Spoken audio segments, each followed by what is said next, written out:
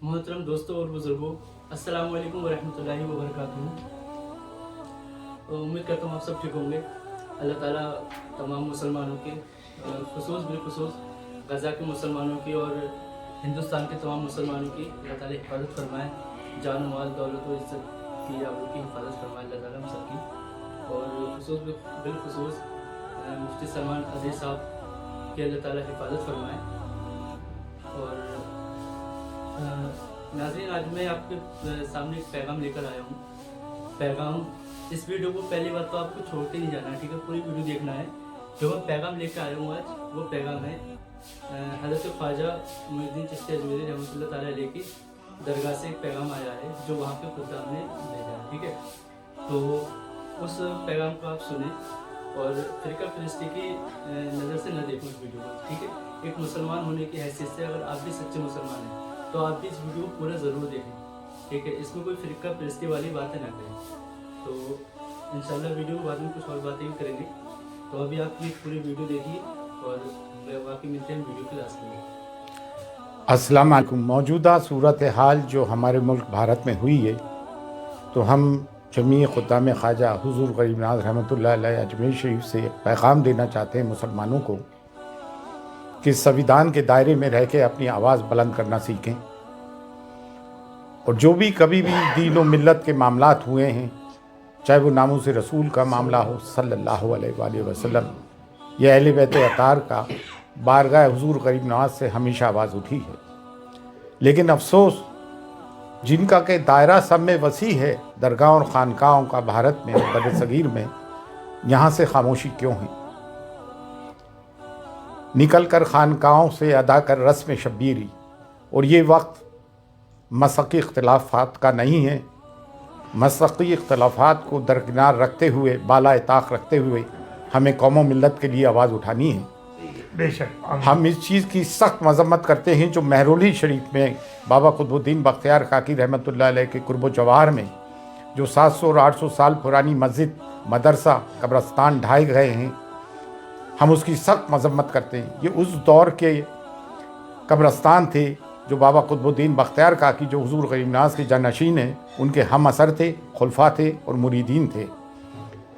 उत्तराखंड में जो कुछ जुल्म हुआ, 14 फरवरी की तारीख थी कोर्ट की, उससे पहले ही आके नगर निगम ने सब सत्यानाश किया। बाकायदा मशीन गन चलाई गई मुसलमानों पे और जुल्म व मज़ालिम उठाए जा रहे हैं। हमें वो यूसीसी बर्दाश्त ही नहीं है जो हमारी शरीयत में मदाखलत करता हो। बरेली में जो तौक़ीर रज़ा ख़ान साहब ने आवाज़ उठाई, संविधान के दायरे में रहते हुए जेल भरो आंदोलन का आह्वान किया, जो गांधी जी ने ब्रिटिश पीरियड के वक्त किया था, वो भी एक संविधानिक तरीका है। हमने उसकी भी पुरजोर हिमायत की है। और मुफ्ती सलमान अज़हरी साहब को जो बंदी बनाया गया, उन पे केस लगाया गया, ऐसी उन्होंने कौन सी बात कर दी थी? और ATS को इसमें हायल कर दिया गया। जब भी कोई मुसलमान कोई अपने हुकूक की आवाज़ उठाता है, अपने पे हो रहे जुल्म की आवाज़ उठाता है, तो उसके तार पाकिस्तान से या किसी भी टेररिस्ट ऑर्गेनाइजेशन से जोड़ने की कोशिश की जाती है। सब्र की, सहनशीलता की एक इंतहा होती है। गुज़िश्ता 10 साल से मीडिया एंटी इस्लाम और एंटी मुस्लिम उस पर कारमंद है। लोगों के दिलों में जहर भर दिया है। मिडाइवल पीरियड में तारीख़ में क्या हुआ, हिस्ट्री में क्या हुआ, इतिहास में क्या हुआ, उसके ज़िम्मेदार हम कतई तौर से नहीं हैं। पार्टीशन के हम ज़िम्मेदार नहीं। फिर हमारे पर ये मज़ालिम और जुल्म क्यों उठाए जा रहा है? हिंदुस्तान में डाइवर्सिटी है, तमाम फूलों का एक गुलदस्ता है। सिर्फ एक गेंदे का फूल ही क्यों? इसमें चमेली भी है, चंपा भी है, मोगरा भी है, गुलाब भी है। सबको लेके भारत बना है हमारा। संविधान हमें हक देता है। और अब कोई भी नगर निगम का बुलडोज़र गैर कानूनी तौर से हमारे घरों को बुलडोज करता है, तो सब के सब मैदान में उतर के आओ और संविधानिक तरीके से अपने लोगों की हिफाजत करें। ये बुलडोज़र की राजनीति इन्होंने इसराइल से सीखी है। फिर न्यायालय किस काम के, अदालतें, कोर्ट किस काम की? अगर तमाम काम नगर निगम और पुलिस कर लेगी तो फिर अदालत किस काम की? अदालतों से जो फैसले आ रहे हैं कानून की रूह से नहीं आ रहे हैं, बल्कि आस्था की रूह से आ रहे हैं। तो अब मुसलमान जाएँ तो कहाँ जाएँ? अब दरगाह और ख़ानकाह, जिनका कि सब में बड़ा गहवारा है, जिसकी कि भारत में सब में ज़्यादा फॉलोइंग है, आप लोग आवाज़ क्यों नहीं उठाते हो भाई? बारगाह गरीब नवाज़ जो कलीदी दरगाह है, जब यहाँ से आवाज़ उठ रही है तो आप लोग भी आएँ और खुलकर अपनी आवाज़ उठाएं। ये ना सोचें कि मैं खामोश रहूँगा तो बच जाऊँगा, नहीं, ये हम पे यलगार कर दिया गया है और संविधान हमें हुकूक देता है कि हम अपनी बात को संविधान के दायरे में रहते हुए डेमोक्रेटिक तरीके से आवाज़ उठाएं। आज हुजूर गरीब नवाज़ की दरगाह तक भी बात पहुंच गई है। हुजूर गरीब नवाज़ की शान में गुस्ताखियाँ हो रही हैं, हमारे नबी करीम सल्लल्लाहु अलैहि वसल्लम की शान में गुस्ताखियाँ हो रही हैं।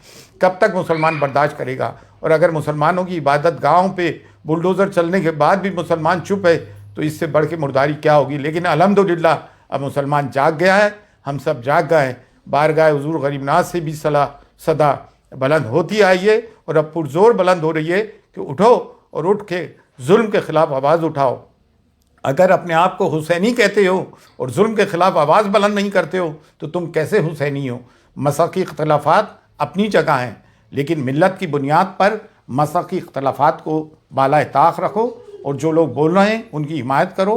आओ और बोलो मुसलमानों के जुल्म के ख़िलाफ़। फ़ी अमानिल्लाह, अल्लाह हाफ़िज़।